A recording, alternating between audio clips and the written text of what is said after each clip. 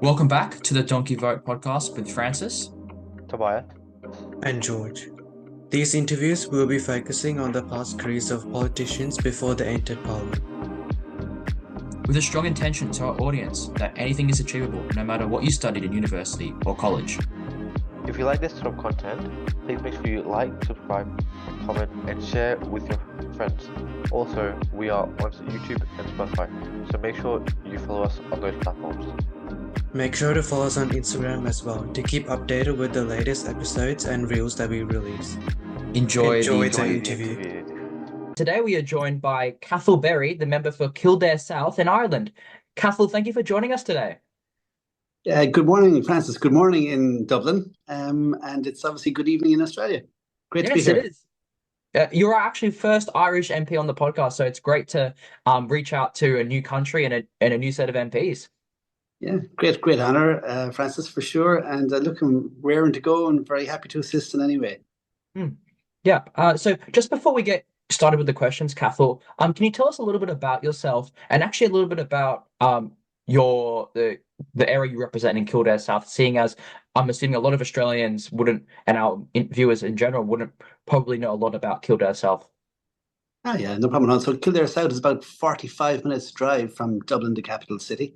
It's quite a rural constituency, so a lot of farming going on there, but there's a massive population explosion over the last 10 years. So it's a very successful constituency in a very successful county.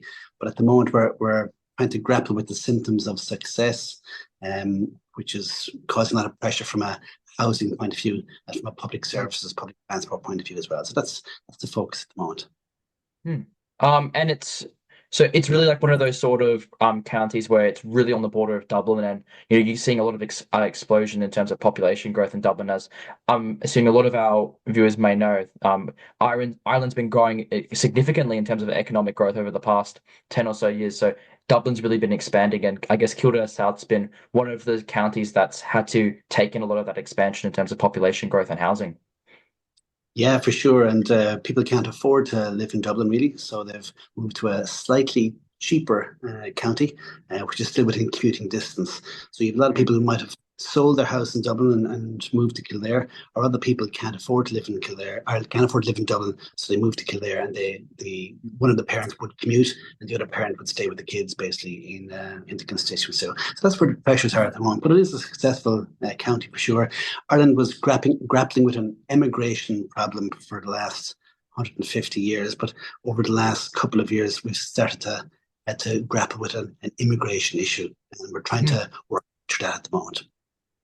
Which is actually quite interesting because seeing a lot of people might not know about this, like Ireland back in the 1850s and 60s had a population of about 8-9 million people. And it decreased rapidly after that point before there was a lot of issues around agriculture and a lot of famine around, producing a lot of goods, and a lot of people were really struggling to find sustainable jobs at that point, and including my family at that point. My ancestor, my great-great-grandfather, he didn't really see much of a future in Ireland, so he came all the way to Australia. And I know there's going to be a lot of viewers out there whose ancestors probably would have gone through that same thoughts process around Ireland. And it's really good to see that the whole country has really changed direction in the last couple of years, and the economic growth has really grown. The economy has really, really grown, and population in a sense has also grown really for probably the first time in nearly 200 years. Yeah, absolutely. So before the famine, we had a population of about 8 million here in Ireland, and now it's down to about 5.2, 5.3. And many of those people actually moved to Australia over the last 150 years. So there's massive links between our two countries, and there's loads of Australians here in Ireland at the moment. The two embassies get on very, very well. You have a great ambassador here. So the links are exceptional, really. And same story with the Kiwis in New Zealand. There's an excellent relationship. I guess it's from an ancestral point of view that we may be divided by geography, but we're certainly united by history. I totally agree with you there, Cathal. So I think we'll get straight into our questions for you. So my first question to you is, how was your high school and university life? And do you have any memorable moments you'd like to share on the podcast? Yeah, lots of memorable moments for sure, Francis. Yeah, so I went to, we would say, secondary school, which is our high school here in a small town called Fermoy in County Cork. And yeah, very, very positive experience there. It was an all boys school, really. So quite a lot of schools here in Ireland are single sex schools. So you have all girls or all boys basically. And there's a number of co-ed ones as well. To be honest, I'm more in favour of the co-ed approach. If school is meant to prepare you for a normal society, I mean, the school population should reflect normal society as well. But look, it was a very, very happy experience in high school.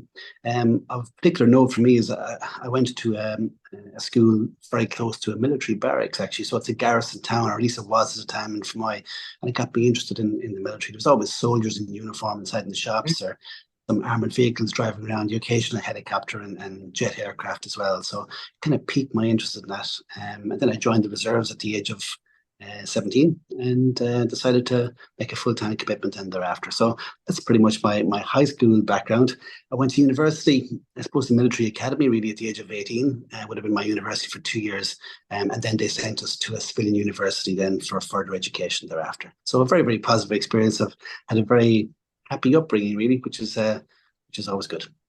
That is quite good, and that's very interesting as well. That around that you got really interested in the defense forces and being in the army, just because of the town you grew up in, and seeing a lot of defense force members around. So, were a lot of people in your situation as a child that really got drove into becoming a member of the defense force just because of where you guys were situated and where you lived? Yeah, as again, going to school in a garrison town, a lot of students from that school. I mean, would have been about 30 in my high school class, and four of us joined the army. So that tells you the influence. That phrase that if you can't see it, you can't be it. So if there's troops mingling around in the shops, in the petrol stations, during the day, you see them and you go, yeah, okay, I'll give it a go, or at least I'll do a little bit of research and see would it actually interest me even more, So it just shows it's very important to have garrison towns. And unfortunately, a lot of our military installations have been wound down and closed down over the last 25 years. And as a result, it's one of the factors that are causing a recruitment and a retention crisis in our armed forces. It's a very similar issue to Australia as well. I think a lot of Western countries are really facing that sort of driving forces to join the army are really going down. And a lot of people, especially young people nowadays, are really not as driven to really join the defense force, and it is quite a big issue. So what would you say to sort of young people out there who may be thinking about joining the defense forces or aren't really quite sure if they, can't commit full time and, might try and join the Army Reserve? What sort of advice would you give to them? I would say go for it. It's a brilliant job, either in a reserve capacity or in a regular full-time capacity as well. Brilliant friends, outdoor life, great sports, great team spirit, and great skills. And if you join the regulars, the full-timers, get to travel abroad as well. Spend a lot of time in the Balkans and in the Middle East and in Africa. So if you're interested in foreign travel, if you're interested in outdoor life, if you're interested in making friends for life, it's definitely not a 9 to 5 job. And if you're the right person and if you're suited for it, 100%, absolutely no regrets. The opposite of regrets, really. I'm not sure if there's a word for that, but it's an incredible life. I would thoroughly recommend it. And speaking of spending time in the Balkans and Africa and Middle East, that goes on to my next question for you, Cathal. So prior to Parliament, you worked for, as you said, 23 years in the Irish Defence Forces, and during this time, you spent 6 years in the Army Ranger Wing, the ARW, and you served overseas, as you said, in the Balkans, Africa, and the Middle East. Can you talk to us a little bit about your career in the IDF and what some of your most memorable moments and experiences were from those 23 years? Yeah, well, it was a very relevant experience. It was maybe 2 years after I joined the regular Defence Force here. I was actually placed on the security detail here in Parliament Buildings. So our police in Ireland, the Garda Síochána is their official title. They're not armed normally. Obviously, just some armed specialist units for sure. But it's actually the military that guard Parliament Buildings here in Dublin. So in 1997, I was on the security detail. And I remember walking around Parliament Buildings, looking down at the various debates. And, never did I realise 25 years later I'd be here as a member of Parliament myself. So I suppose the lesson that for everybody is you never really know how life is going to play out. If somebody asked me 25 years ago, were you going to be a member of Parliament, I would have laughed in their face. I would have said, there's no chance. I'd have no interest. But it just shows that even back then, I guess seeds are planted in people's mind, and then who knows how they're going to pursue over the next 25 years. But look, in general terms, excellent job. The Defence Force has spent 23 wonderful years here. Mm, Highlights, where did you start? I guess you sent us to university in mm, a town called Galway on the west coast, which is a fantastic university town. So I did a science degree there, came back to Kildare South, the same constituency, and mm. then I deployed overseas as well. Worked with the United Nations, worked with NATO, worked with the European Union. I guess the big highlight for me would have been, I suppose, for most soldiers, your first time under fire in the Middle East when someone's actually trying to get you. So that obviously brings a lot of clarity to the situation. I think most people would remember that well, and you get used to it after a while. And then secondly, I would have been a commander of a 50 man contingent in the desert in Africa on the border between Sudan and Chad for about 4 months as well. So that was a very, very rewarding experience. Your main focus in is trying to get everyone back safely home. Nobody gets injured or there's no casualties or no fatalities. But also you allow a certain amount of security that the humanitarian actors can look after refugees and displaced people out there. So they were the two kind of really standout moments for me. Mhm. And going back to your time in Chad as well, you would have probably seen a lot of heartache and despair with a lot of local citizens there. And it's quite a turbulent time as well, being involved in those sort of conflicts. So it's really touching that, you're able to share this with us. And talking a lot about those sort of conflicts, well, we're seeing right now a lot of conflicts in, Palestine and in Ukraine, which is really quite devastating. So I guess in a sense, your experiences there you can kind of relate to, what people in those sort of countries are experiencing, seeing as you've experienced and you've seen how those people back in Chad experience those sort of conflicts. Absolutely. And let's remember the reason why there's a conflict in Ukraine and Russia at the moment, and the reason why there's a conflict in the Middle East, it's because of a failure of politics, really.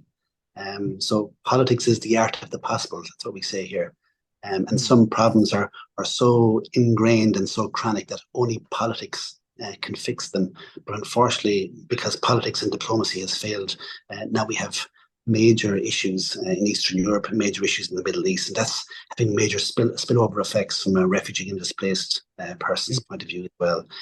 So it just hammers home the importance of politics. So if you are interested in it, and I presume you are with the podcast you're running, um, I would regard it as the apex occupation, really. It's so important, and you generally don't realize how important politics is until it fails. And then you realize why it's so important. So take nothing for granted. If you're interested in that line of work, I would say get a technical skill, at least one of them first, so that when you do enter Parliament, that you can add real value and actually contribute from day one. And think you're on the right road there, Francis. So keep up the good work. yeah. Thank you, Cathal. Thank you for that advice. I really appreciate it.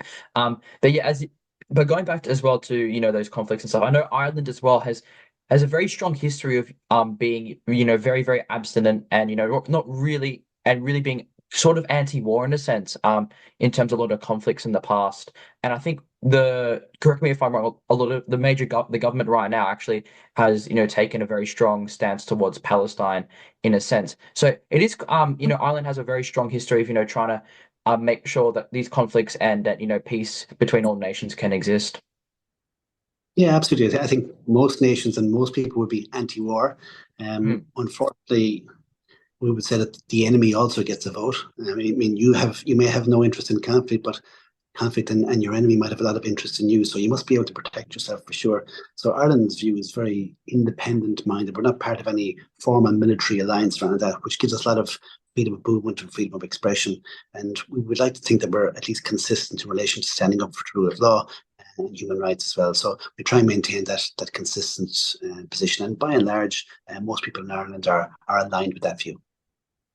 which is quite good to see because these sort of issues, especially in Australia and especially you see in the US and even the UK, they can be quite politicized on both sides, and you can see a lot of polarization between the sides. Might be very strongly for Israel, very strongly for Palestine, and it can really create conflict, in your own country. So, which is a very challenging thing to manage and a challenging thing to work around. So, it's really good to see that Ireland has that sort of independent view on these certain issues and are able to um, you know, not be influenced by foreign forces on either side and are able to make independent decisions by themselves, which reflect the Irish people in general.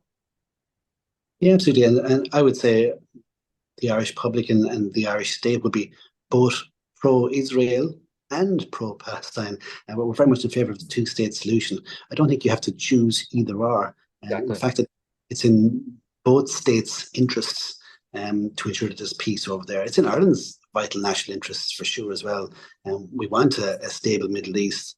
We don't want any disruption to our international supply chains. We want the price of oil to maintain to be very, very stable. And we don't want any instability. There's a lot of Irish people in the Middle East, and the last thing we want is a mass forced displacement of people as well, heading in towards Europe. So it's in everybody's interest make sure that there's a lid kept in that conflict, and that the root causes of the conflict are also addressed. And the best way to do that is to ensure that the viability of the Israeli state and the Palestinian state as well. And we know that from our own personal experience.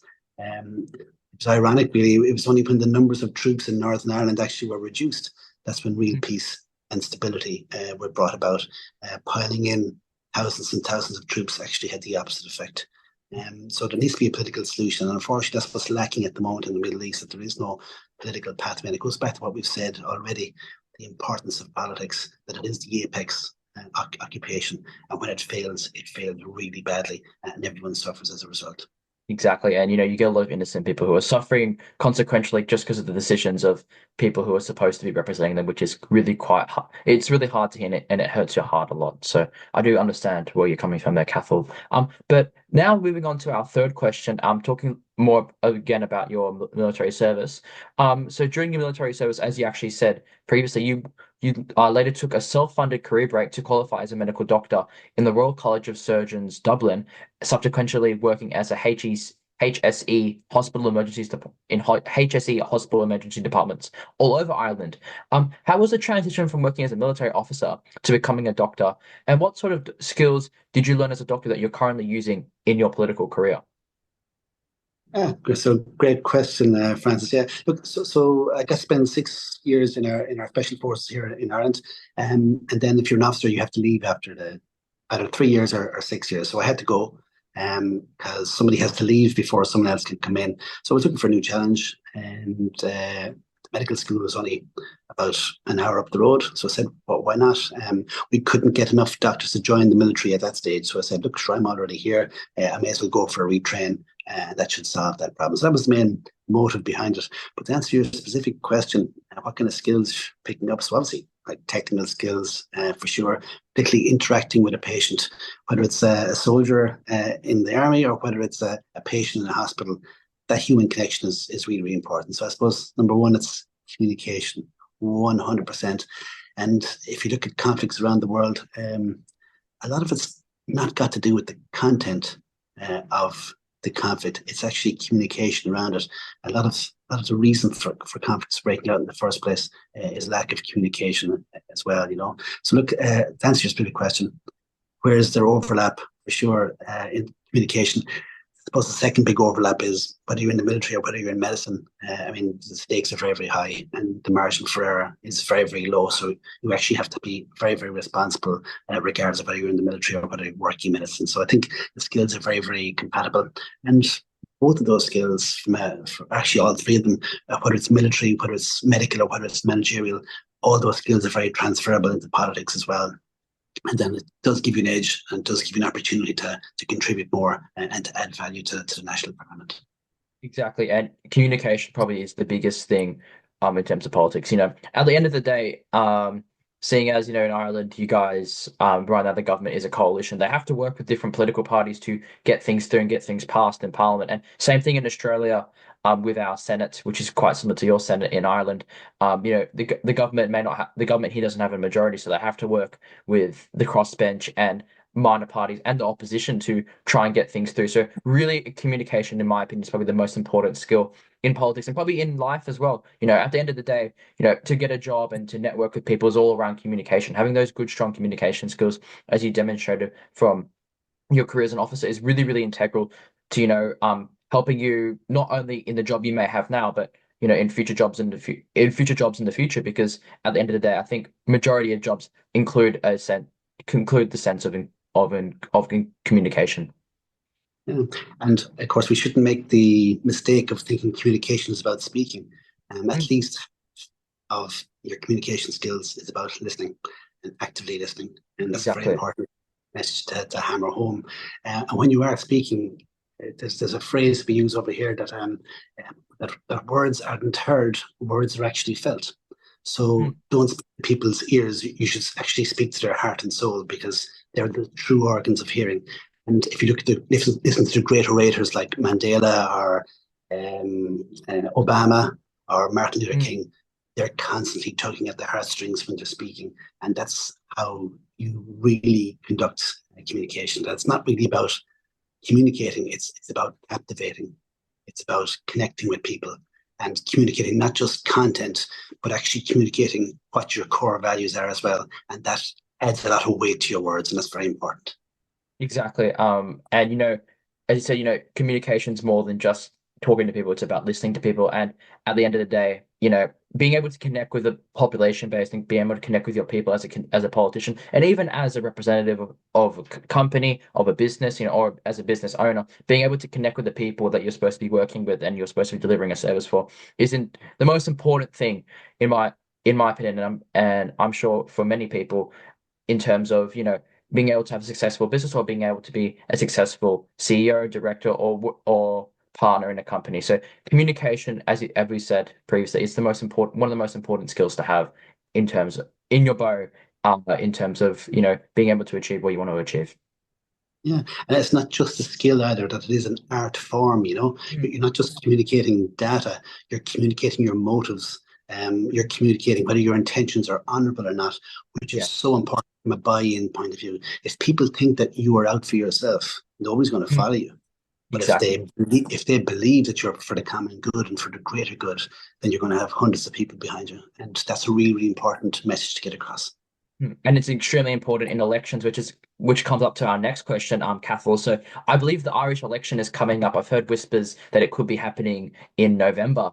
So what are some of the goals and priorities for you representing South Kildare, with the Irish election coming up? Yeah, so again, a lot of speculation about November, but I think March is far more likely. So I'd say 60% March and Okay. 40% November. So I think we're safe enough until the far side of Christmas, but time will tell, The main priorities for me would be very similar to everybody else, but Kildare South, as I said, it's a booming constituency.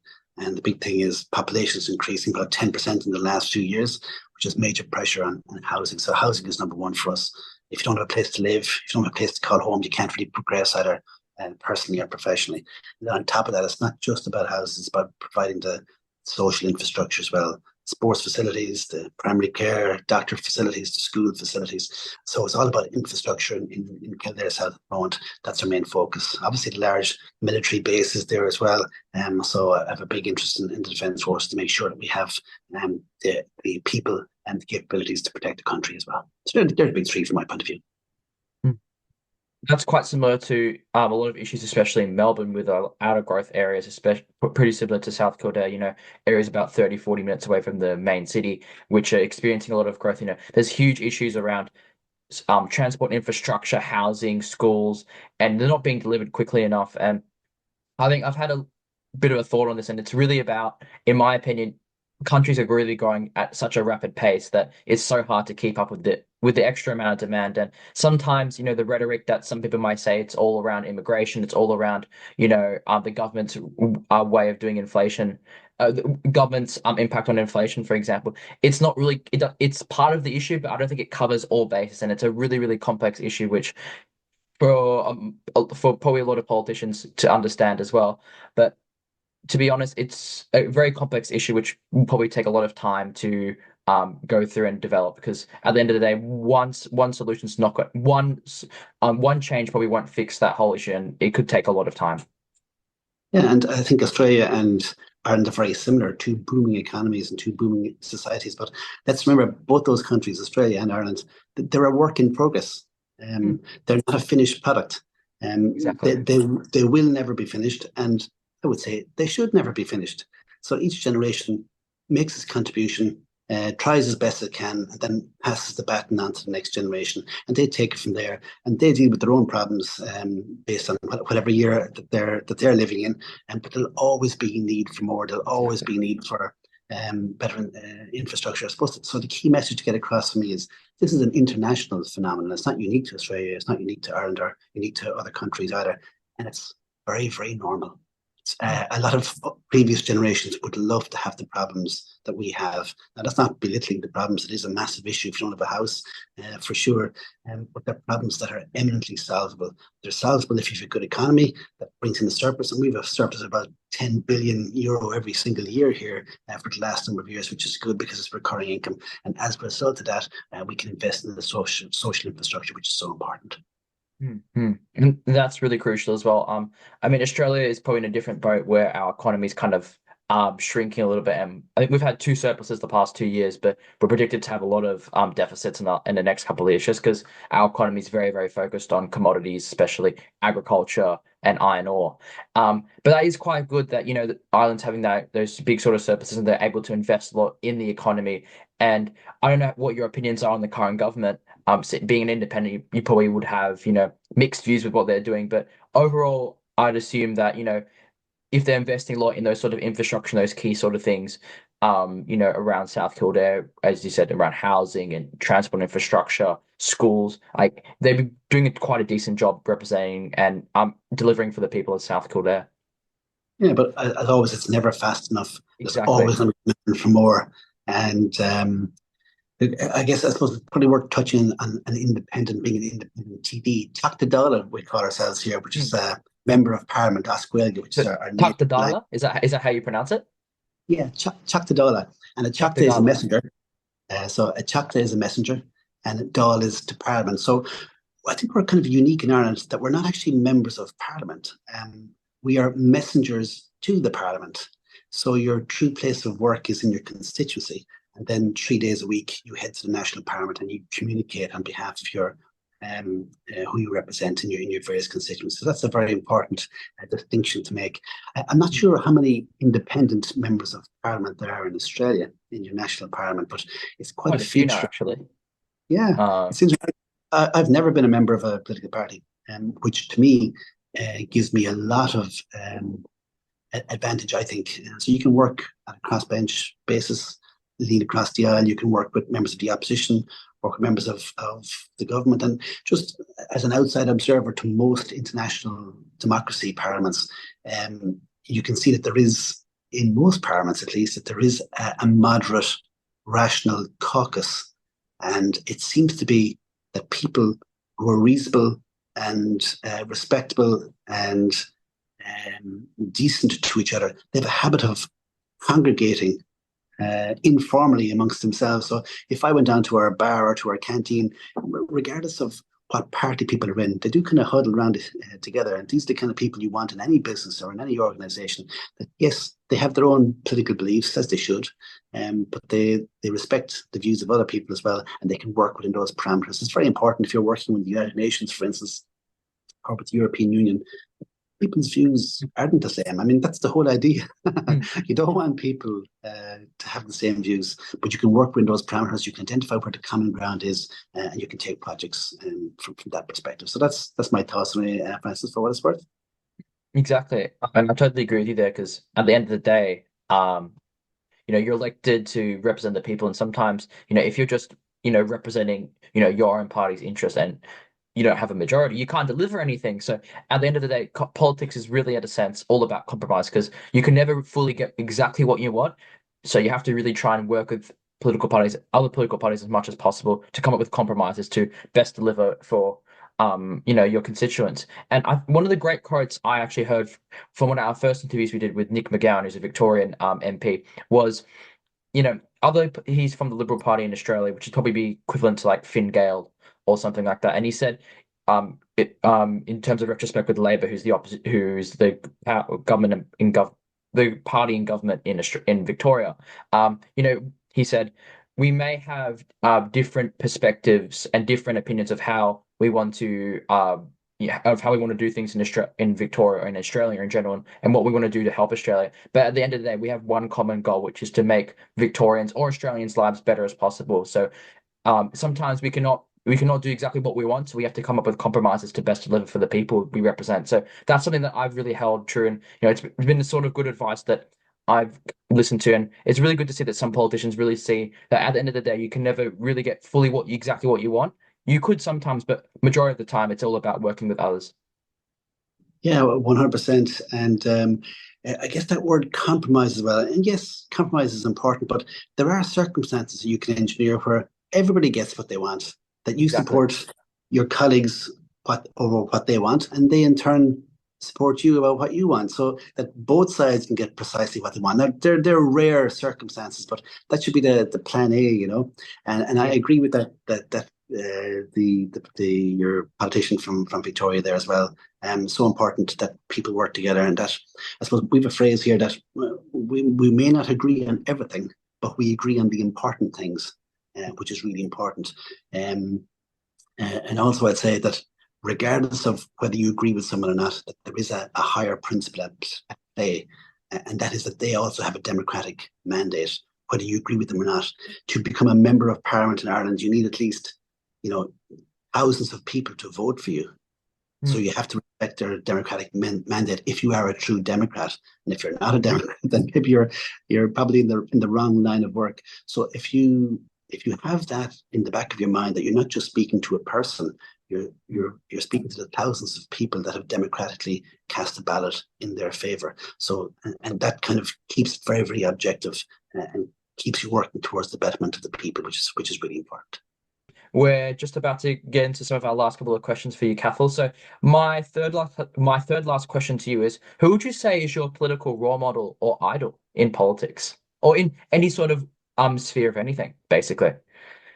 Yeah, well, as an Irishman, obviously we have a particular affinity for John F. Kennedy in the States, who's obviously deceased now, you know. An inspirational leader, for sure. Great communicator, great orator, high standards, and the fact that he was an Irish American, obviously. So back in the 50s and 60s in Ireland, was actually a very Catholic country at the time. A lot of kitchens in Ireland would have had two photographs, maybe three photographs, one of Jesus Christ, one of the Pope of the day, and one of President John F. Kennedy. You know, so Mm. that's the kind of Irishman coming out of me.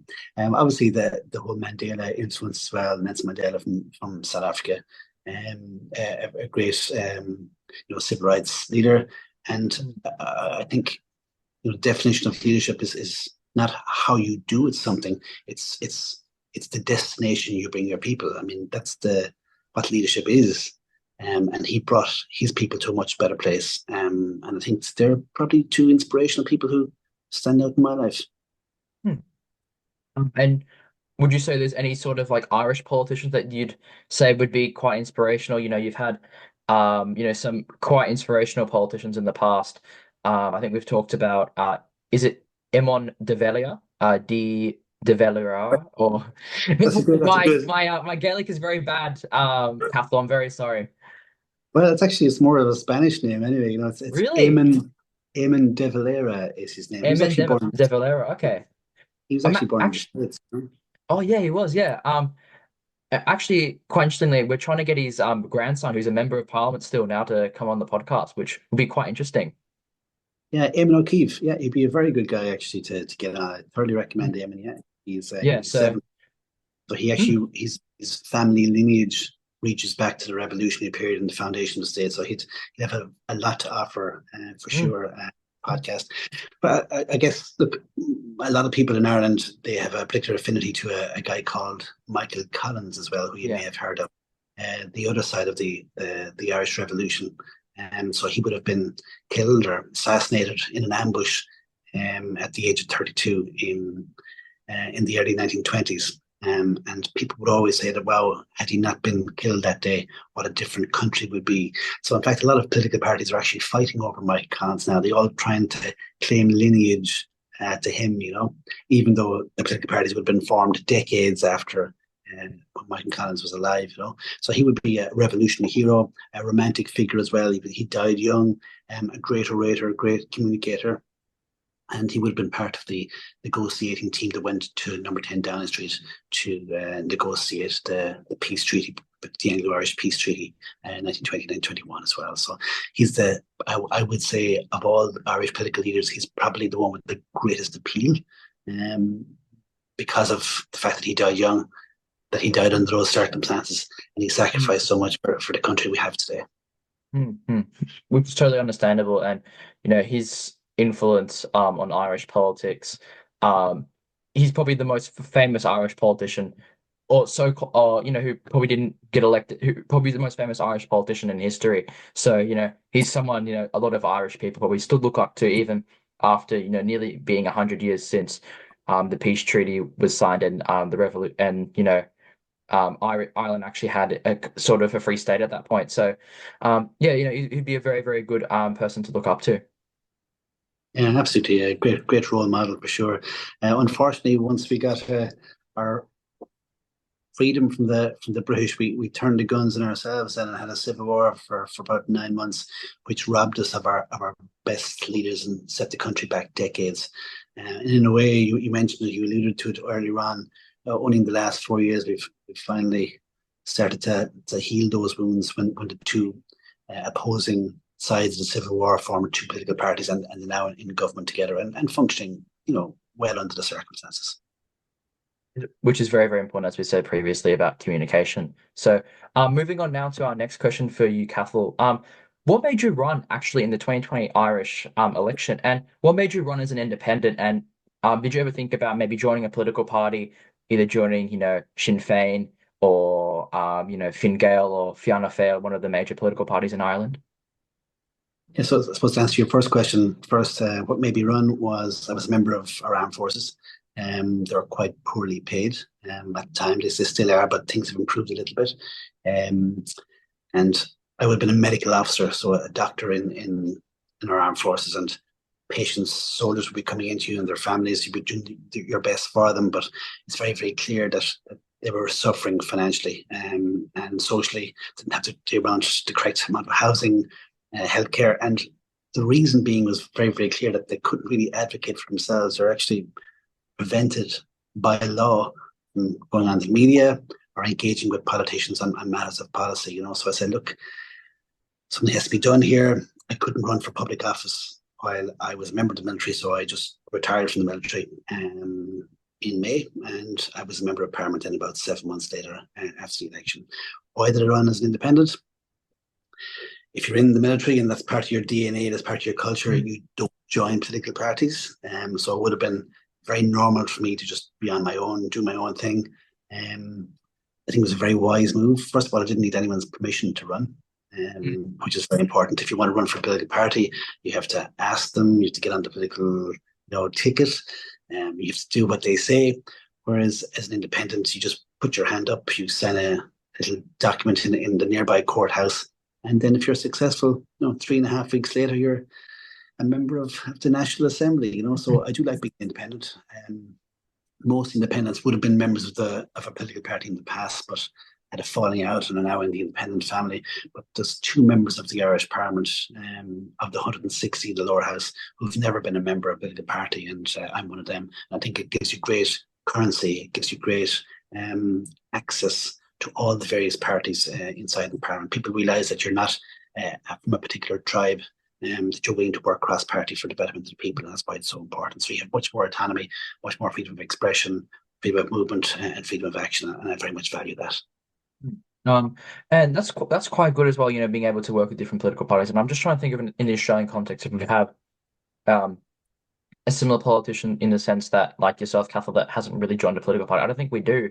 I think there was one in the ACT, the Senator, David Pocock. I don't think he's joined a political party at all, and he's quite centrist on certain views. But it's really, really good, as you said, to be kind of independent. I know a lot of people, think in a sense, to become a politician, you have to join one of the major political parties and gain the support of the vote of the party membership, and run in a ticket and a constituency and whatever. But at the end of the day, if you run a good local campaign and you do quite well, you can end up being like yourself, Cathal, being elected to the highest office in your native country.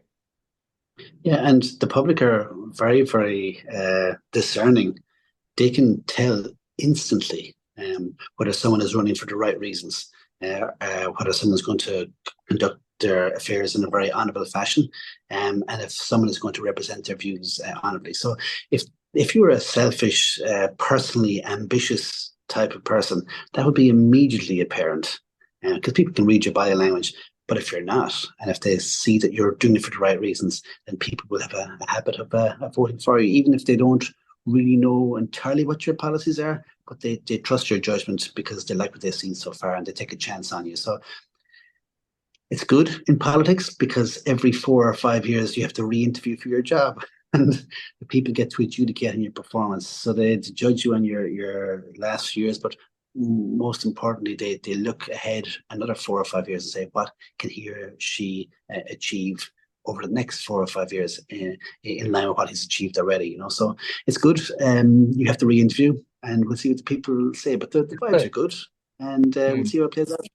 Exactly, and good luck to your election campaign, which, as you said, probably will be in March.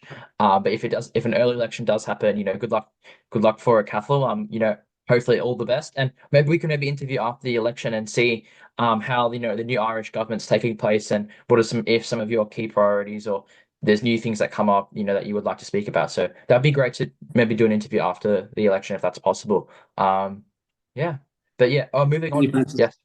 And if you're ever back in Ireland again, I know Yes. your ancestors from Clare, but you're most welcome in Dublin for a tour of the Irish Parliament or Yes. a pint here inside in the bar or restaurant. You're more than welcome. Exactly. Have a pint of Guinness. That'd be great in the spiritual homeland of where Guinness was created. So I mean, I'll be probably back to Ireland one day.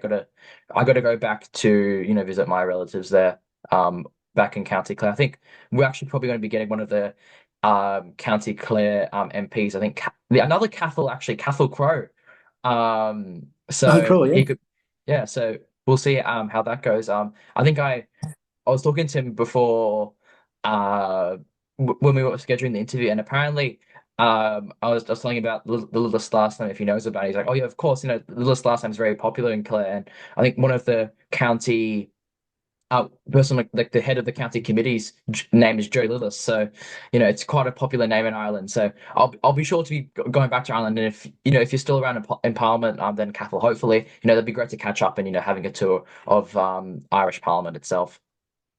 Wonderful, Francis. Most welcome, and the rest of your team as well. It's an open invite. That'd be great. That'd be great. So yeah, moving on now to our final question for you, Cathal. So, what's some advice you'd give to students in 2024, especially those who are starting university and high school? And as I know, the Irish education systems, a lot of the students now are getting back into school. So, what's some advice you'd give to them? Well, the first thing I would say is you're going to spend most of your life working, so make sure it's something you like doing. Right. So follow your passion is the first thing I would say. And if you don't have a passion, I'd say follow your curiosity, and that'll lead to your passion. We would always say if you like what you're working at, you'll never work a day in your life, which is a good rule of thumb. So I would say ask yourself 3 questions before you decide your course, whatever course you study. The first one is ask yourself what are you good at? Number 1. Number 2, what do you like doing?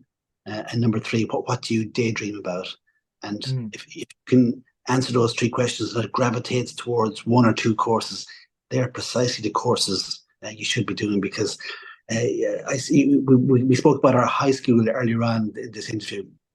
It was probably my first introduction to a profession like teaching, where there was a major gap between excellence and mediocrity. You could just tell teachers who were doing precisely what they should have been doing. They came into this world to teach, and they were just head and shoulders above the other teachers who were just showing up, miserable, clocking in, clocking out, doing the bare minimum.